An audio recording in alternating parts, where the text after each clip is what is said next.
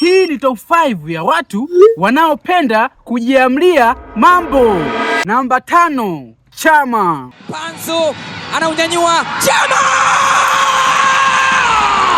Namba 4, Ndaro. Niko natamani sana kwenda jela. Yes, I'm serious. Namba 3, Baba Levo. Tanzania, watoto wa mama. Namba 2, Muhammad Ali. Hiyo siku utashuhudia wanyama wanatoka mbugani wanakuja mjini kuja kushangaa Simba inacheza.